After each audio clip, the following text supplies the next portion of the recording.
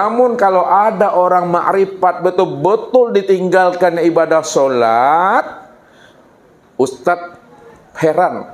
Dan mungkin Ustadz mau bertanya, siapa nabinya sebenarnya itu? Yang kedua lagi ya. Ini gak panjang nih.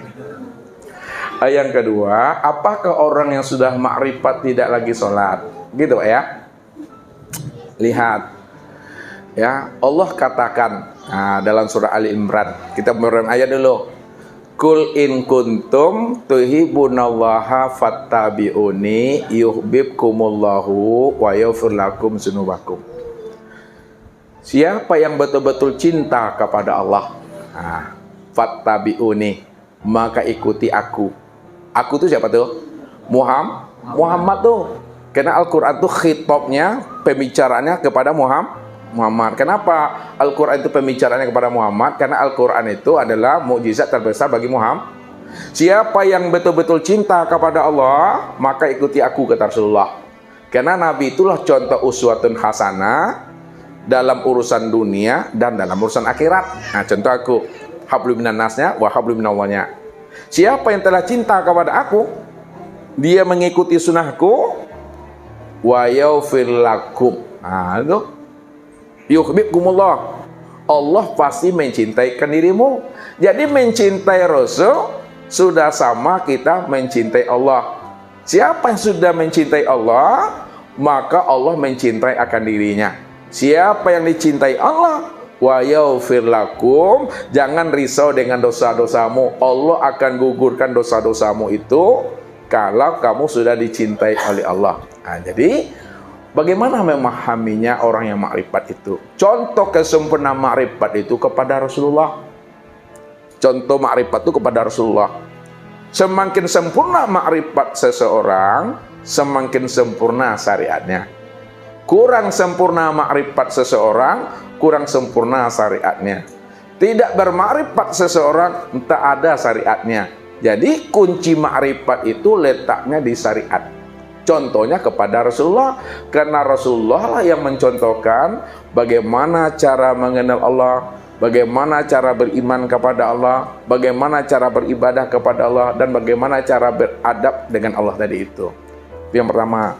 Yang kedua, orang yang sudah makrifat kepada Allah, Bapak Ibu, tetap wajib sholat. Namun walaupun kita wajib sholat, namun jangan kita merasa diri kita yang sholat. Kalau kita merasa diri kita yang sholat, fawailul lil musallin, nerakawilah bagi orang yang sholat. Jadi maksudnya orang makrifat tidak sholat itu mesti dipahami begini, Pak. Ada orang makrifat tidak sholat lagi, kata Bapak. Kalimat itu mesti dipahami, orang makrifat tidak lagi sholat, itu maksudnya dia tetap sholat, dia tetap beribadah. Namun yang sholat dan beribadah itu tidak ada lagi keakuan dirinya yang merasa dirinya yang sholat dan beribadah itu. Kalau tidak ada lagi keakuan dirinya yang merasa beribadah dan sholat, lalu siapa yang sholat itu sebenarnya? Yang sholat itu adalah Allah tadi. Aqimis sholata li zikri, dirikanlah sholat untuk mengingat aku. Itu terjemah. Sebenarnya siapa si zikri?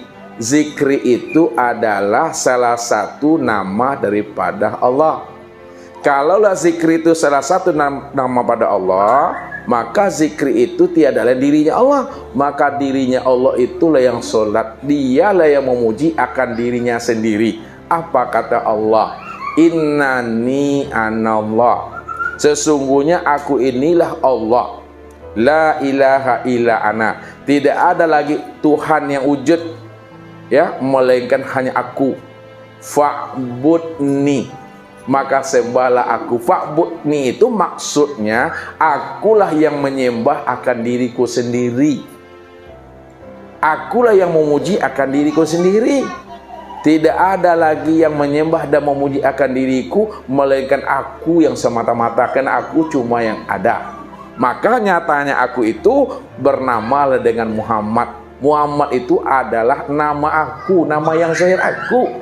wa ani'buduni hadza siratal mustaqim. Akulah yang menyembah dan memuji akan diriku sendiri. Itulah yang dikatakan Allah tadi.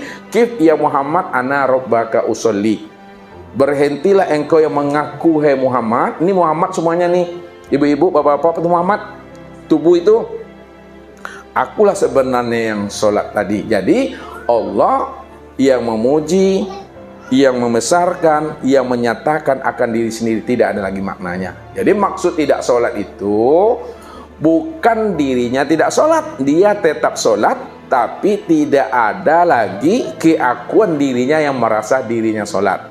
Sebab kalau masih ada keakuan dirinya yang merasa dirinya sholat, disitulah letaknya fawailul musholin. Contoh, bapak kan sholat kan?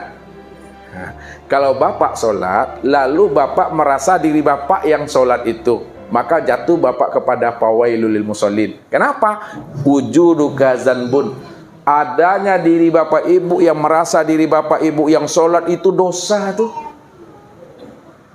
Nah, itu maksudnya. Namun kalau ada orang ma'rifat betul-betul ditinggalkan ibadah sholat, Ustadz heran. Dan mungkin Ustadz mau bertanya, siapa nabinya sebenarnya itu? Kalau nabinya masih Nabi Muhammad, sholat juga tuh. Tapi kalau dia nggak sholat, nabinya bukan Nabi Muhammad tuh. Ya, ini jangan sampai bapak ibu tidak sholat dengan memahami kaji ini. Salah nanti. Tetap bapak ibu sholat, tetap beribadah, tapi jangan diri bapak ibu yang merasa diri bapak ibu sholat dan beribadah. Jadi itu kuncinya. Kalau ada orang ma'rifat tidak sholat, jangan ikuti. Karena orang ma'rifat tidak seperti itu. Ya, orang ma'rifat tetap dia sholat. Rasulullah lah contoh uswatun hasanahnya.